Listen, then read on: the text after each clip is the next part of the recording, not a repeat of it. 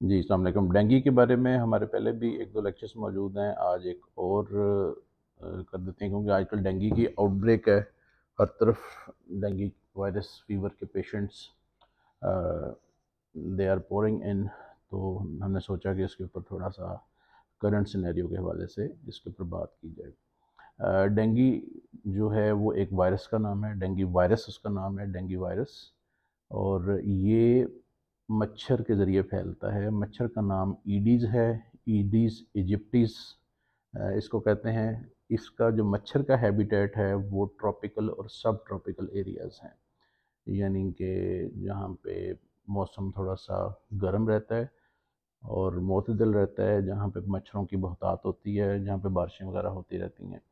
तो इस लिहाज से देखा जाए तो पाकिस्तान, इंडिया, श्रीलंका, बांग्लादेश और इसके जो आसपास के नीचे वाले एरियाज़ हैं वो सारे इससे अफेक्ट होते हैं।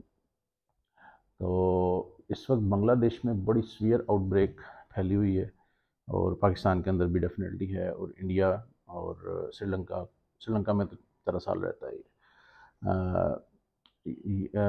उसके बाद ये है कि इसका वायरस, जो वो जो मच्छर है उसके अंदर वायरस को, वो वायरस का रेजरवायर भी है, यानी कि वायरस उसके अंदर ग्रो करता है, और वो वायरस का वेक्टर भी है। वेक्टर से मुराद ये है कि एक जानवर से दूसरे जानवर को वो फैलाता है, यानी कि एक डेंगू वायरस का जो पेशेंट है उसके फीवर का, उसको वो वाला मच्छर काटेगा तो वो उस मच्छर के काटने से वो वायरस उस मच्छर में वापस चला जाएगा। अगर उसमें पहले से नहीं है तो उसमें वापस चला जाएगा। थोड़े देर के बाद, 1-2 दिन के बाद, वो मच्छर उस वायरस को इतनी क्वांटिटी में रेप्लिकेट कर लेता है अपने सलाइवा के अंदर, सलाइवरी ग्लैंड्स के अंदर, कि वो अब किसी भी बंदे को काटेगा दोबारा तो वो उसको क्रॉस इन्फेक्शन कर देगा। तो यहाँ पे एक चीज़ जानने की है कि हर जो डेंगू का मच्छर है जिसको ईडीस कहते हैं या ईडीज इजिप्टिस कहते हैं, ईडीस की कुछ 1-2 और स्पीशीज़ भी हैं जिनसे ये फैलता है, लेकिन वो पाकिस्तान के अंदर नहीं है। तो वो अ, हर मच्छर जो है वो ग्रेविड नहीं है, यानी हर मच्छर के अंदर वो नहीं है वायरस, ठीक है, 5-10%। लेकिन पोटेंशली चूँकि उस मच्छर से फैलता है और आजकल आउटब्रेक है, तो हम हर मच्छर को पोटेंशली इन्फेक्टेड ही लेंगे और उसके काटने से नुकसान हो सकता है, इसलिए उसको प्रिवेंशन जो है ज़्यादा बेहतर है। तो इसमें जो इस बीमारी की जो लिमिट है वो 2 से 10 दिन है। मच्छर काटने के 2 दिन के अंदर अंदर बुखार हो जाएगा और 8वें 10वें दिन तक ये बुखार रहता है। बाज़ सूरतों में जल्दी ख़त्म हो जाता है, बाज़ सूरतों में सिर्फ 1-2 दिन पीक आती है, और बाज़ सूरतों में सिर्फ फ्लू लाइक सिम्टम्स आती हैं, नज़ला ज़ुकाम खांसी और हल्का सा सर में दर्द, हड्डियों में दर्द 1-2 दिन रहता है, उसके बाद वो ख़त्म हो जाता है। वजह उसकी ये है कि डेंगू हमारे मुल्क में तकरीबन 2008 से है, बल्कि 2005 से कहना चाहिए। इसके जो केसेस शुरू शुरू में कराची में आए थे, वो मलेशियन पेशेंट थे, ट्रैवलर्स थे, वो लेके आए थे इधर कराची में। 2008 में एक आउटब्रेक आई, 2011 में फिर एक बहुत बड़ी आउटब्रेक आई, क्योंकि उस वक्त बीमारी भी नहीं थी, तो इसलिए फिर उस वक्त पता नहीं चला, उस पर कुछ अमवात भी हुई। उसके बाद फिर ये 2018-19 में ये जो है दोबारा इसकी आउटब्रेक्स आना शुरू हुई, और अब पिछले 4-5 साल से ये हर साल में 2 दफ़ा तकरीबन, जब मच्छर की ब्रीडिंग और उसका हैचिंग का सीज़न होता है, उसके बाद ये आ जाता है। सर्दियों से पहले और सख्त गर्मियों से पहले ये मच्छर आ जाता है। ये मच्छर, आम मच्छर जो होता है उसकी लाइफ तकरीबन 1 दिन होती है। ईडीज़ मच्छर की लाइफ 4 से 10 दिन होती है, और आम मच्छर जो है वो 10-20 फुट से ज़्यादा ऊंचा नहीं ट्रेवल कर सकता। ये मच्छर 100-100 फुट ऊंचा तक फ्लाई कर सकता है, और इस मच्छर का साइज़ भी बड़ा होता है। इसके ऊपर डॉट्स होते हैं। काला मच्छर होता है ये, आम मच्छर ग्रे होता है, ये मच्छर काला होता है, और इसके ऊपर वाइट डॉट्स होते हैं इसकी टांगों के ऊपर। आप डेंगी मॉस्कीटो के नाम से सर्च करेंगे इंटरनेट पर तो ये चीज़ें आपको उसकी शक्ल मिल जाएगी, और गूगल के ऊपर आप इसको आम मच्छर से डिफ्रेंशिएट भी कर सकते हैं। टाइप करेंगे डिफरेंसेस बिटवीन ईडिस और dinghy mosquito and a common mosquito. इसमें करेंगे तो उसमें आपको सब इसके सारे फ़र्क पता चल जाएंगे। तो आपको पता चल जाएगा कि आपकी हैबिटेट में ये मौजूद है या नहीं है। ये मच्छर कहाँ पे होता है? ये मच्छर होता है फ्रेश वाटर के अंदर, यानी कि नालियाँ, गाँव के अंदर जो नालियाँ होती हैं उनके अंदर होता है। गाँव में जो जोहड़ होते हैं उनमें नहीं होता ये वो स्टैगनेंट वाटर होता है, उसके अंदर नहीं होता। बारिश के फ़ौरन बाद या आप घर के बाहर गमलों में पानी वगैरह देते हैं, उनमें आपकी क्यारियों के अंदर वहाँ पे हो सकता है, या जो ये टायर शॉप्स होती हैं उनके पानी के अंदर हो सकता है, क्योंकि वो पानी वो अक्सर चेंज करते रहते हैं। 1-2 दिन से पुराना जो पानी होगा उसके अंदर ये मच्छर होने के चांसेस ज़रा कम होंगे। और इस तरह की चीज़ें हैं। एसी का जो पानी होता है, अब तो एसी का सीज़न उस तरह नहीं रहा, लेकिन कुछ दिन पहले तक था। तो एसी का जो वाटर होता है वो जहाँ गिरता है, उस जगह को देखना चाहिए कि वहाँ पे खड़ा ना हो पानी, वो निकलता जाए वहाँ से, या वो ड्राई ऐसी जगह हो जहाँ पे वो ड्राई हो, या वो कोई ऐसा कंटेनर हो जो कवर्ड हो। तो ये चीज़ें थी उस मच्छर के जो फैलने फूलने वाली। उसके बाद आ जाते हैं कि फ़ीवर का मैंने बता दिया कि शॉर्ट लिव्ड फ़ीवर है। और अगली जो चीज़ है, जो चीज़ कॉम्प्लिकेट करती है, जिसका खौफ ज़्यादा है, वो कुछ सिर्फ 5-10% पेशेंट्स के अंदर होता है। वो होता है डेंगू हेमरेजिक फ़ीवर। उसमें होता क्या है कि डेंगू का जो वायरस है वो बॉडी में बहुत तेज़ी से रेप्लिकेट करता है, 1-2 दिन के अंदर ही ये आपको कर देता है, बीमार कर देता है। तो ये जो मच्छर है ये डायरेक्टली आपके जो सेल्स होते हैं उनको भी इन्फेक्ट करता है, आपकी बॉडी को इन्फेक्ट करता है, आपके सेल्स को इन्फेक्ट करता है। उसमें प्लेटलेट्स होते हैं, वाइट सेल्स होते हैं, रेड सेल्स होते हैं। आपने देखा होगा कि इसमें वाइट सेल भी कम हो जाते हैं, प्लेटलेट्स भी कम हो जाते हैं, और थोड़ा बहुत इस तरह की जो सीन चलता है। अगली जो चीज़ है वो उससे होती है बड़ी सख्त किस्म की डिहाइड्रेशन। फीवर होता है, फीवर ज़ाहिर है कि एक बॉडी की हाई यूटिलिटी स्टेट है। बॉडी को कोई भी चीज़ यूटिलाइज़ करने में और चीज़ों को मेटाबोलाइज़ करने में और चीज़ों को अपने इम्यूनिटी को डेवलप करने में वाटर की ज़रूरत होती है। तो पेशेंट को जो है वो डिहाइड्रेट हो जाता है। नॉर्मली इन पेशेंट्स की हीमोग्लोबिन या हेमाटोक्रिट में बड़े हाई मिलती है, और वाइट सेल और रेड सेल्स कम होंगे नॉर्मली, यानी कि जो उसकी बेसलाइन अगर आपके पास है तो उस हिसाब से भी देखा जाए तो उससे वो काफ़ी बड़ी मिलती है। अच्छा, उसमें एक और जो चीज़ है कि डेंगू हेमरेजिक फ़ीवर हर पेशेंट्स को नहीं होता। ये हो भी जाए तो इतना मसला नहीं है। इसमें प्लेटलेट्स कम होते हैं, 10-20 हज़ार प्लेटलेट्स अगर रहें तो कोई ख़तरा नहीं है।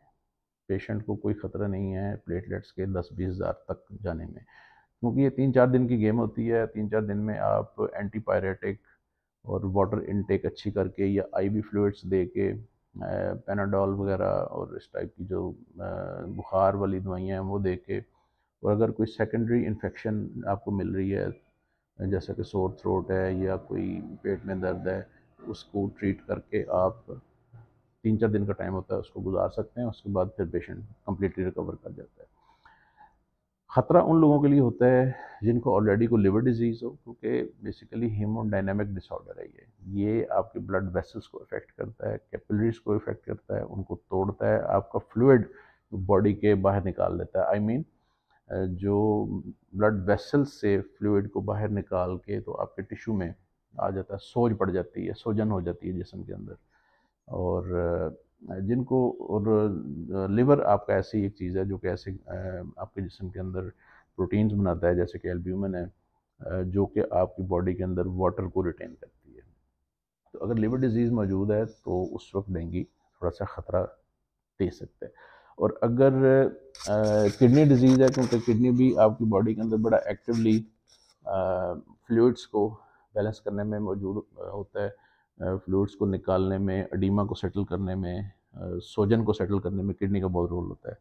तो अगर किडनी आपका फंक्शनल नहीं है तो उसमें आपको हीमोडायनामिक डिसऑर्डर्स के ज़रिए लाइफ थ्रेटनिंग जो बीमारी है वो हो सकती है। तो जब फ्लूइड बॉडी में से निकल जाएगा, बॉडी में से नहीं निकलेगा, वो बेसिकली आपके ब्लड वेसल्स में से निकलेगा। ब्लड वेसल्स में से निकलेगा तो वो फिर आपके ब्रेन को इफ़ेक्ट करता है, वो आपकी बॉडी के सारे फंक्शंस को इफ़ेक्ट करता है, और उससे डेंगू शॉक सिंड्रोम, यानी कि वो शॉक की कंडीशन डेवलप हो जाती है कि बॉडी को ऑक्सीजनेशन प्रॉपरली नहीं मिलती, अनकॉन्शियसनेस, और उसके ऊपर आपको ब्रेन के ऊपर आपको इफ़ेक्ट होता है, और उससे बड़ी सीवियर किस्म की लाइफ थ्रेटनिंग कंडीशन भी डेवलप हो सकती है। फिर ये चूँकि हर लेवल पे ये ऑर्गन को भी डैमेज करता है और हेमोडायनामिक इफ़ेक्ट्स होते हैं, तो उससे मल्टीपल ऑर्गन डैमेज, जैसे कि लिवर डैमेज हो सकता है, लिवर ऑलरेडी डैमेज नहीं है फिर भी हो सकता है, किडनी डैमेज हो सकता है, ब्रेन डैमेज हो सकता है, हार्ट डैमेज हो सकता है। तो डेंगू से, लेकिन ये सिर्फ 1-2% लोगों के अंदर, 98% पेशेंट्स को पता भी नहीं चलेगा कि हमें डेंगू हो गया। कोई 1-2 पेशेंट्स होंगे जिनमें इस तरह की चीज़ें वो डेवलप होंगी, बाकी लोगों को सिर्फ बुखार ही होगा। हमारे पास जो पेशेंट्स आते हैं, हमें उनके ब्लड, वो हमारे पास सीबीसी की रिपोर्ट लेके आते हैं, देखें जी हमें डेंगू हो गया। हमें एक नज़र डाल के अंदाज़ा हो जाता है कि ये इस पेशेंट को डेंगू हुआ है, उसका फीवर हुआ है या नहीं हुआ। हम पेशेंट्स को बताते नहीं हैं कि आपको डेंगू फीवर, हम उसको बुखार की दवाई और वाटर इनटेक, ओरल रिहाइड्रेंट सॉल्ट्स, और जो वाटर इनटेक बढ़ाने के लिए 3-4 लीटर पानी, उनको लिख के हम भेज देते हैं और पेशेंट दोबारा कभी नहीं आते हैं, यानी वो ठीक हो जाते हैं। उनका जो फीडबैक मिलता है वो ठीक हो जाते हैं। तो आगे इसकी जो डायग्नोसिस कैसे करनी है, एक तो सिम्टम्स हैं, पता चल जाता है, जैसे कि मैंने बताया, बॉडी एक्स, फीवर, फ्लू, और इसकी स्पेशल एक सिम्टम होती है पेरी ऑर्बिटल पेन। आपकी जो आंखें होती हैं इनके पिछले हिस्से पे पेन होती है, हेडेक हो सकती है। तो उससे जो है इस पेशेंट को हम सस्पिशन इसका रेस कर लेते हैं। और मेडिकल हिस्ट्री हम लेते हैं कि मच्छर वगैरह किस इलाके में रहता है, उसकी जो डोमेस्टिक हिस्ट्री है कि उसमें अगर मच्छर हो सकते हैं, नहीं हो सकते, कौन से हो सकते हैं, तो उस लिहाज से हम पेशेंट को आगे चलते हैं। बाकी इसके टेस्टों में इसके एंटीजन टेस्ट है, NS1, नॉन स्ट्रक्चरल प्रोटीन 1 इसका होता है। उसको करते हैं, वो usually with in 2 to 3 days positive आ जाता है और उसके बाद वो नेगेटिव हो जाता है। तीसरे चौथे दिन के बाद NS1 यूजुअली पॉजिटिव नहीं आता। बाद जगहों पे लिखा हुआ है छठे सातवें दिन भी आ जाता है, लेकिन बहरहाल उसकी जो विंडो है दूसरे तीसरे दिन है। और आगे फिर आ जाती हैं इसकी एंटीबॉडीज़ होती हैं, IgG एंड IgM एंटीबॉडीज़, जो कि IgG antibodies with in IgM antibodies with in 7 days positive आ जाती हैं, और IgG एंटीबॉडीज़ जो हैं वो विद इन 2 weeks, यानी कि 14 दिन के अंदर अंदर पॉजिटिव आ जाती हैं। तो उससे हमें रिसेंट इन्फेक्शन, रिकवरिंग इन्फेक्शन, उन चीज़ों का पता चल जाता है। और उसके बाद जो PCR टेस्ट हो सकता है, इसका PCR बड़ा स्पेसिफिक टेस्ट है, लेकिन इसके लिए बहुत कम यूज़ होता है। उसकी वजह ये है कि बड़ी शॉर्ट लिव्ड बीमारी है, तो PCR की रिपोर्ट आने तक पेशेंट वैसे ठीक हो जाता है। 5-6 दिन उसकी रिपोर्ट आने में लग जाते हैं, 5-6 दिन पेशेंट्स वैसे ही ठीक हो जाते हैं। तो इसमें यह है कि जो आगे है पोस्ट डेंगू सिंड्रोम। ये कोई थ्रेटिकल सिंड्रोम नहीं है, लेकिन इसको पोस्ट डेंगू सिंड्रोम इसलिए कहते हैं कि जब आप फीवर से रिकवर करते हैं तो बहुत सारी चीज़ें, जैसे कि लिवर में थोड़े से इफ़ेक्ट्स होते हैं, थोड़े से किडनी में इफ़ेक्ट्स होते हैं, आपके बहुत ज़्यादा माइक्रो न्यूट्रिएंट्स, आपके मिनरल्स यूज़ हो चुके होते हैं डेंगू में, और उसकी फ़ीवर के दौरान, तो उसके आफ्टर शॉक्स आपको आते रहते हैं। तो उसके लिए B12, B6, B9 और आयरन की रिप्लेसमेंट और जिंक की रिप्लेसमेंट बहुत ज़रूरी है, और विटामिन डी। इसको आप एक आधे महीने के अंदर इन चीज़ों को आप रिकवर कर सकते हैं। इन चीज़ों की रिप्लेसमेंट ओरल या इंजेक्टेबल, मैं वैसे इंजेक्टेबल प्रेफर करता हूँ, और बाज़ लोग जो है ओरल प्रेफर करते हैं, लेकिन जो भी है वाली इसकी रिप्लेसमेंट जो है वो आपको देनी होती है। और साथ में पेन रिलीवर्स और रेस्ट आप उनको एडवाइस कर देते हैं, और ये इस तरह की चीज़ें हैं। आगे आ जाती है इसकी वैक्सीन। इसकी वैक्सीन जो है वो डेंगवैक्सिया के नाम से है, जो कि चारों इसकी 4 सब टाइप्स होती हैं, उन चारों के अगेंस्ट ये उसको प्रोटेक्शन देती है। और लेकिन इसमें ये है कि इसकी 1 से 2 साल तक प्रोटेक्शन होती है, फिर 2 साल बाद दोबारा लेनी पड़ती है। तो इसमें जो ज़्यादा चीज़ इम्पोर्टेंट है वो है प्रिवेंशन। आपने मॉस्किटो रिपेलेंट यूज़ करें, आपको मॉस्किटो काटे ना। और इनकी जो ब्रीडिंग साइट्स हैं, जैसे मैंने बताया, फ्रेश वाटर रेजरवायर्स, उनको क्लीन रखें, उनको या तो क्लीन रखें या फिर उनको इकट्ठा ना होने दें।